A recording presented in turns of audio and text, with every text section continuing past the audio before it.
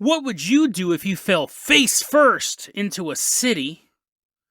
And then we traveled to South Africa to take a look at an urban legend involving a bus, a cat, and you being violently assaulted.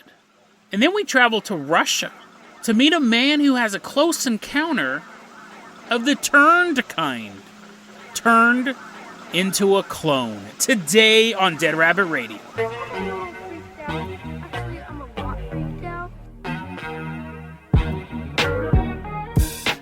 Hey everyone, welcome back to another episode of Dead Rabbit Radio. I'm your host, Jason Carpenter. I'm having a great day. Hope you guys are having a great day too. Hope you guys are having lots of fun in the sun, doing what you're doing. It's almost fall. It's almost time for the spookiest month of the year, October. And we don't know. I always say I'm going to do a theme. I'm going to watch spooky movies every day. I don't know. You guys will be lucky if I remember to do a Halloween episode. Every episode's a Halloween episode, but I never am able to schedule a special. But you know what I am able to schedule? A warm welcome for one of our legacy Patreon supporters. Give it on up for User125. Everyone give a round of applause to User125 as they walk into Dead Rabbit Command. User125, you're going to be our captain, our pilot this episode. If you guys can't support the Patreon, that's fine too. Just help spread the word about the show. Really, really helps out a lot. I'm also thinking about setting up what's the thing where it's just like a one-time donation thing? Like a GoFundMe. I really want a stair machine. I really want like an indoor stair machine. You're like, Jason, seriously, we're not going to donate money. We're not going to give you $1,200 to get exercise. We don't want you to live long. No, I really want a stair machine. It's going to get cold soon. And I don't want to walk on the stairs, but I'm probably too lazy to write up the GoFundMe. But we'll see. We'll see, maybe. User125, let's go ahead and give you the keys to the Jason Jalopy. We are going to leave behind Dead Rabbit Command. We are headed all the way out to Australia. User125 is driving us all the way down there. We get on a ferry at some point, and we take a boat most of the way. We got to use one of our boat vehicles, but we didn't. We're specifically headed out to Northwest. That's an area in Western Australia. It's December 1984. It's nighttime. And there's a dude working in the field. He has like the rake or like the hoe or another one of the multitude of instruments that farmer. I don't know if this guy's a farmer. It just said in the notes he was working in a field. We'll call him Daniel. We don't even have a name for this guy. But Daniel's working in the field, and he's walking, he's like, all in a good day's work. I don't know what I do. He has a farmer instrument, and then he has, I don't know, like a Geiger counter. He's like, I don't know exactly what my job is. I just work in a field. And as he's walking through the field at night, he trips. Whoa! And he lands on the ground. What, do you think he was going to fly away? You think this is some sort of paranormal podcast? He lands on the ground, and he goes, oh, man, what the heck? And he looks over to see what he tripped on. He tripped on a fence. He goes, Jason, that's not paranormal. Well, you didn't let me finish. The picket fence was tiny. You're like, Jason, that's still not paranormal. You didn't let me finish. The picket fence was like for like tiny, like ant-sized people. Maybe not ant-sized people. They were like an inch or two tall. Yeah, see, now it's paranormal. There's like a fence. He realized that he tripped over. Save your questions till the end, okay? Because when I read this story and I typed up the notes, I was like, oh, this is fascinating. But now I'm saying it out loud. Okay, just wait till the end. It's very short. He says he tripped on this 1 inch, 2 inch tall fence, and he landed in the middle of this tiny person city. And as he's laying on the ground, he sees little buses driving through the city and little people getting on the buses and then going to work. He's like, what? And then he gets up and he realizes like he must have landed on something because he has 5 vertical lines on his forehead, similar to like a barcode. And for years after this event, he had those lines, and everyone would be like, hey, Daniel Linehead, that's your new name. Your children are the Lineheads. Hey, how'd you get those lines in your head? And he goes, you guys wouldn't believe it. One day I was walking, and I tripped on a fence. And they go, that's not paranormal. And he goes, I didn't tell you how big the fence was. Okay, so that's the whole story. That's the whole story, but give me a second. When I read that, I got it from thinkaboutitdocs.com, one of my favorite websites. They got it from a journal or a magazine called Western Australia UFO Sightings, maybe a website. But Super specific. It's only for that region of Australia. When I read the story, I go, dude, isn't that dope? Like, imagine if I could crush a city. That's the thing, when I was reading this, I go, wait a second. I've tripped on a lot of stuff in my life, but I haven't tripped something that's only like an inch or two tall. He doesn't actually even say how small these people are. They do talk about Gulliver's Travels, and they use the term tiny, so I don't think they were like 3 feet tall. I don't think these are like little people, like dwarfs. I think it was like tiny people. But how would you trip on a fence that's only an inch tall, and then he falls and he hits the city? Like, wouldn't they all be panicked? Wouldn't they just realize this giant guy fell on like half of their population, but they're still getting on buses and driving around? As I was reading the story out loud, I go, okay, what probably happened was he probably conked his head so hard, he hallucinated. I had a friend of mine named Ron who got in a motorcycle accident once, and he fell off his bike. He didn't fall off his bike. He got in a horrible accident, and he flew off of his bike, and he said, and I flew all the way into a pumpkin patch. But there was no pumpkin patches. He goes, I sat up, and I looked, and as far as the eye could see, I saw pumpkins. And then, like, people were running up to me, the great pumpkins, like, are you okay? Are you okay? He says, people started, like, talking to me, and I realized I wasn't in a pumpkin patch. I was actually on the side of I-80 in Sacramento. So that's what I'm thinking. But then you go, Jason, where did the 5 vertical lines come from? And I go, I don't think they came from a tiny picket fence, but maybe. I guess I just have some questions about this story. Like, how do you trip on something so small? How do they not freak out when you destroy half of their civilization? But that all being said, it is quite cute and quaint. So we don't run across a lot of those stories here on Dead Rabbit Radio. I was like, oh, tiny. Okay, he did kill half their population. They're probably still rebuilding, but I would like to see more stories where there's just like tiny people going about their business. They're not abducting no one. They're not pushing over a bus. We covered that story where there was like a bus in Peru. I'll try to find it for the show notes. It was like driving up a cliff and a bunch of dwarfs came out of the mountain and pushed the bus over. Like, it's just nice to have a story where just a man stumbles and destroys a city. But I like tiny people. I don't like fairies and stuff like that. I think that stuff's kind of lame. But wouldn't it be cool if every so often you could just look down and you see a bunch of little people walking around? So that is why I included that story today. You're like, Jason, do you have some sort of tiny person fetish? No, I do not. I know a lot of times I get accused of being a scaly for having a fetish for hot reptilian females. That's not true either. But let's go ahead and move, as my eyes shift from side to side, let's go ahead and move on to our next story. User 125, I'm going to go ahead and toss you the keys to the Dead Rabbit Dreadnought. We haven't used this vehicle in a long time. It's our battleship. We're going to leave behind Western Australia. We are headed on out to South Africa. We're headed to South Africa. I came across this story recently. I was looking online, they had a thread about African folklore.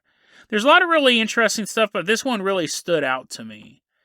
This was the story of the minibus legend. And this story came from a user named Winnie Blue Sevent. Winnie Blue Sevent was telling the story that in the big cities in South Africa, like Johannesburg and Durban, this story has gone around.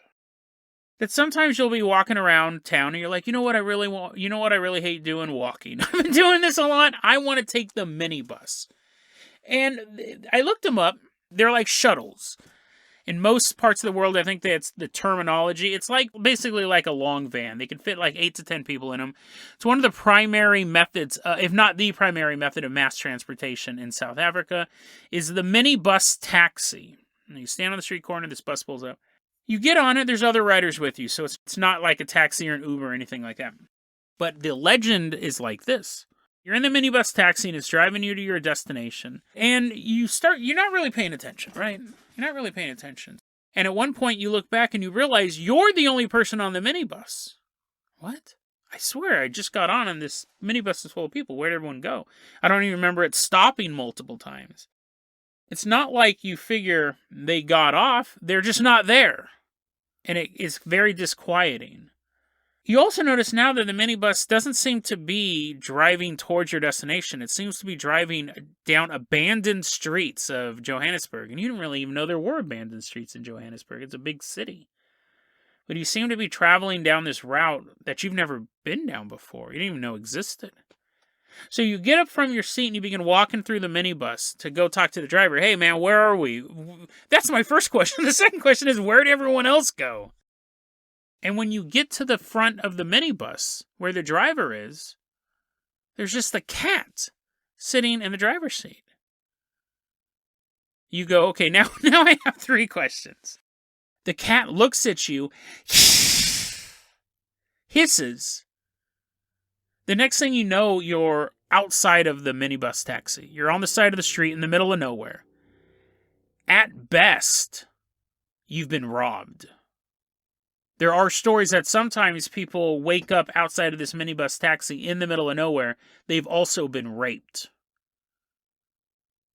This story is so interesting because it has all the trappings of a typical urban legend. It's a cautionary tale. Cautionary tale, be careful what minibus taxi you get in. Don't get into cat bus taxi because the cat's probably driving that. But no, pay attention to your surroundings. If you start to notice stuff suspicious, get out. If you notice the bus is taking you down, you know what I mean? Like there's all of these cautionary tales that you could tell a kid, you could tell a teenager, being like, hey, if you ever decide, it's a little heavy-handed because most urban legends don't involve you getting sexually assaulted, but it is, the moral of the story is pay attention to your surroundings. At the same time, it has this level of like urban magic, which is something we don't see enough of in urban legends, for my liking. I really like the idea of urban magic. We've covered a couple stories about urban cryptids and stuff-eating hobos. We've covered stuff like that, shape-shifting as homeless people. We've covered a lot of those type of stories, cryptids in the big city. I'll try to find them for the show notes, but there's been so many. But not enough. So many times the cryptids are out in the middle of nowhere, or these stories take place, these urban legends takes place at lakes. You got to watch out for the lake because there's the monster there. You got to watch out for Crybaby Bridge and things like this. They're always in remote locations, and I find it so fascinating when they take place in the big city. Really the place where you should feel the most safe. Now, not the most safe from street crime, because crime rates are skyrocketing, but the most safe from monsters. What's interesting about the story is it doesn't involve a minibus taxi taking you between the big cities. And then you're out in the boonies, you're out in the boondocks, and something bad happens. And the moral of the story is those outsiders aren't as cool as us city folk. The city is where it's taking place. So it's just a great urban legend. And then, is it true? Because this is a paranormal podcast and we believe in the paranormal, it's in the realm of possibility. I'm not saying sell your stock in minibus taxis if you own stock. I'm saying that if we already believe in the idea of ghosts and realms and tiny little people that we can squish, you could easily see this being the work of a sorcerer. Instead of having a Venus flytrap, it's a bus. It's something that people need in the area. And you get on it, but it's actually a trap. The other passengers are just illusions. You get on, you feel safety in numbers, but really you're headed towards a destination that, again, at best, you lose all your money. So fascinating story, most likely a folk tale to remind people to be aware of their surroundings. However, you can never discount the idea that darker forces may be involved. User 125, let's go ahead and leave behind South Africa. I'm going to toss you the keys of the Carpenter copter. We are headed out to Bezhetsk, Russia. User 125 is totally shrugging his shoulders. Dude, you have to learn how to pronounce this stuff if you expect me to fly there. We're headed to the Tver region in Russia, if that helps a little bit better. It's April 23rd, 1997. And in the town of Bezhetsk, there's a man named Igor Yutkin. He's in his apartment, just chilling, having a good time. They don't actually say what his mental state was. He could have been really, really depressed. But we'll assume he's just sitting there. He has a nice cup of tea, enjoying the night. All of a sudden, though, that's going to end very, very soon. A blue light penetrates his ceiling. And he says It's pointing down like a stalactite. And then all of a sudden, it becomes solid, and a man and two women step out of the beam of light. So whether or not he's horribly depressed or having a great night, he's definitely in shock right now. And he's sitting there, and it takes him just a brief second to figure out the pecking order here. He immediately realizes who's in charge. It's one of the women. She's 5'5", and she's described as having, they're humanoid at least. She has an elongated face, medium-sized dark eyes. I'm reading the description in the order that it was given to me, okay? This is exactly how you described it, and you guys will see the error. You guys will see why this is not the correct way to do this. She's 5'5", with an elongated face, medium-sized round dark eyes, no hair on her head, and she's bald. She's wearing a hat like a Catholic bishop, and she's green. Which one would you, if you saw this woman as I described her, would you start off with, well, she had a nice hat? Or would you be like, listen, bro, I'm sitting in my apartment, I'm crippling depression, and then all of a sudden some green chick showed up. By the way, all that other stuff. She was 5'5", she had, start off with the green. Start off with the green skin. But she is humanoid, she has that green skin. My scaly fetish senses are tingling. She's green. She's wearing a light green dress as well, which, could you imagine walking around and wearing clothes your same skin color? Like, exact same skin color? That seems so bizarre. But anyways, I wear khaki shorts. I'm not khaki colored, okay? But she's wearing a green dress. She has a red cloak on. She's very Christmas themed. And she's holding a scepter. That could have been the giveaway that she was the leader. But anyways, this green gal shows up and she tells Igor telepathically that her name is Zuri from the planet Galea.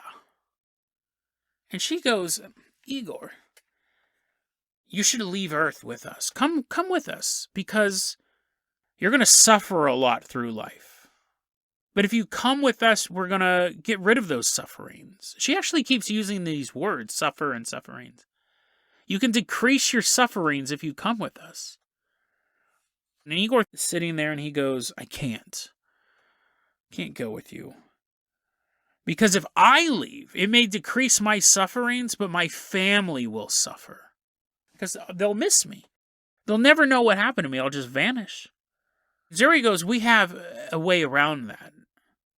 You see, what we can do is we can take you with us. No one will ever notice you're gone. He's like, oh, I'm sure some people will notice. He goes, yes.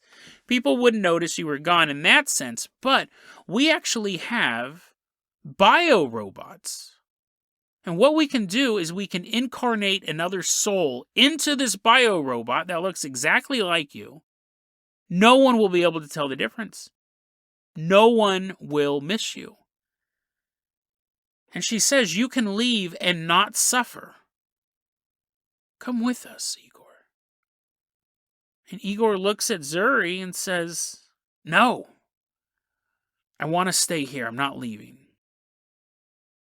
Zuri and her two compatriots walk back into the beam of light, and they disappear. And the whole interaction took about 5 minutes. Igor said the very next night, April 24th, he's sitting there in his living room, and for just a flash, Zuri appeared again. He saw her for just a split second.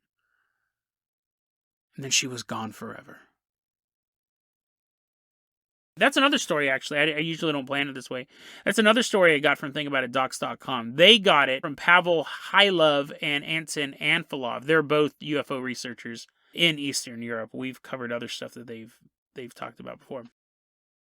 This is one of these stories I've had on the docket for a long time I've wanted to share with you guys because the implications are really, really unsettling. The first thing is their ability to... There's a couple different things going on, so let's break it down like this. One, they come down to ease Igor's sufferings. That term's used a lot in this. You have to wonder why Igor. Two, how do they know Igor is going to suffer in the future? Like, they're trying to alleviate obstacles he's going to face in the future. So how do they know what's going to happen in the future? But then we go, they can clone. I mean, you assume aliens have alien technology that they can teleport, they can travel the speed of light, they can beam through apartment ceilings. So why wouldn't they be able to clone? It would make sense they'd be able to clone, but perfect duplicates of people, sure, that's sci-fi level technology, but this is a duplicate that is you. So you go with them, and your clone is left behind and no one knows. How do we know the true number of people who have traveled away with aliens? A person's only missing when they're missing, when you can't find them. If one of your loved ones one night is visited by these people and go, you're right, I don't want to suffer. You got a biorobot that looks just like me, leave him here and no one will know. Yeah, I'm out. And then you go visit your dad or your uncle or your mom or your niece or whatever, and it's not them. I mean, it is. For all intents and purposes, if you did any sort of DNA test on them, it's them. But it's not them. Or not really them. I mean, okay, don't go chasing your niece with a hammer now. And you're like, I'm going to find out what's really behind the alien agenda. But what if it happens far more often than we think? And they're just getting replaced with these biorobots. I mean, you could have mass abductions every single day. We wouldn't know because the people aren't missing. Secondly, she showed back up and then she disappeared in a flash. So when I read that, I had something pop in my head. And when I told you that, you might have had the same suspicion. Igor is a clone now. Igor now is a clone. When she came back, Igor Prime, the real Igor, agreed to go with her. The bioclone was left behind, thinking he was the real Igor. Seeing her disappear in a flash was the ending of that conversation between Igor Prime and Zuri. And the clone has a brief memory of it, and that's it. And the clone goes, well, I guess she popped back in. I don't know why she was here. I mean, even though she was here yesterday to clone me and to take me away, this time she just showed up and did neither of those things, so everything's okay. But he's the clone. The perfect clone wouldn't know they were a clone.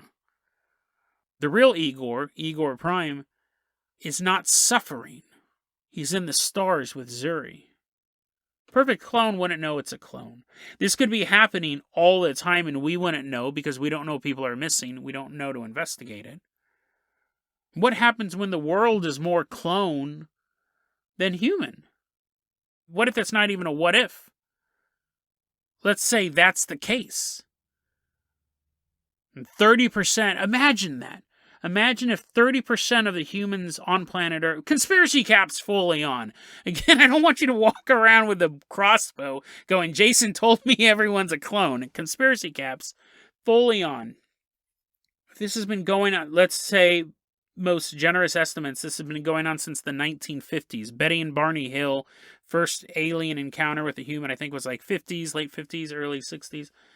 We go, forget ancient aliens, I'm just being conservative here. Betty and Barney Hill till now, that's still about a 50, 60-year window of aliens abducting people. I mean, how many clones would be out there? What if it is down to 30% original humans? Or less? Because we wouldn't know we were the clone. Statistically, at this point, again, conspiracy cats fully on, what if I'm the clone? What if you're the clone and we're going about our clone lives and the real us are partying on some planet, not suffering? But the clones are left here to continue to suffer. This is where insanity begins, having this belief that you're the only real person. It's actually a really key part of insane behavior. But Conspiracy Caps fully on will indulge and we'll wrap the episode up like this. The next time you're looking in the mirror, look a little closer. See if there's an imperfection that you didn't notice before. See if there's a clue that you're not the same person you were just yesterday. But maybe their technology is perfect and you can't spot a flaw. Once again, reassuring you that you are the real you. But what would be better? To know for sure that you were a clone and another version of yourself was celebrating life in a world with no suffering? Or never knowing the truth, not knowing why you are experiencing all the sufferings you are, but you are put through these trials and tribulations so the real you can travel the stars.